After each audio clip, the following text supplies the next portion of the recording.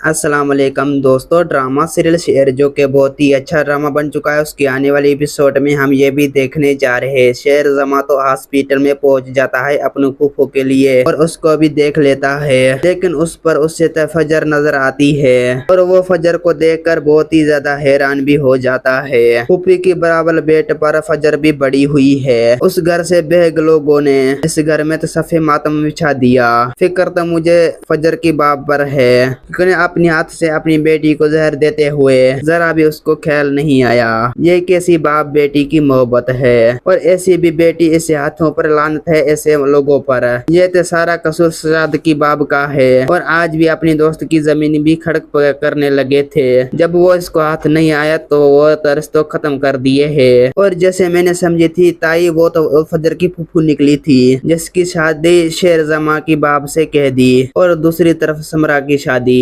मल्द Saladin के बेटे समीर से कह दी। और जमीन की लालच में मलक सलादीन अपनी दोस्त की बख्त समा के सारे रिश्ते खत्म कर लेता है और हमेशा हमेशा के लिए अपनी बेटी को घर बैठा लेता है। लेकिन दूसरी तरफ बख्त जमा अपनी बेटी का रिश्ता तय कर लेती है। तो जब उसकी शादी समीर बेटा का अपनी मंग को शादी वाले दिन भगा कर लेके आया था, और इस सलाह में मलक सलादीन अपनी बेटे का साथ दिया था कि नीचे दिखा सके और वो इस मसले में कामयाब भी हो सके। गलती तो सारी चावल इंसान की है जिसकी जमीन की खातर लालच की खातर सब तरफ तबाही मचा दी, और बदले में इसकी बेटी भी घर बैठी हुई है और वो भी बदले ले रही है शादी न होने की रेसों की बेटी समरा से।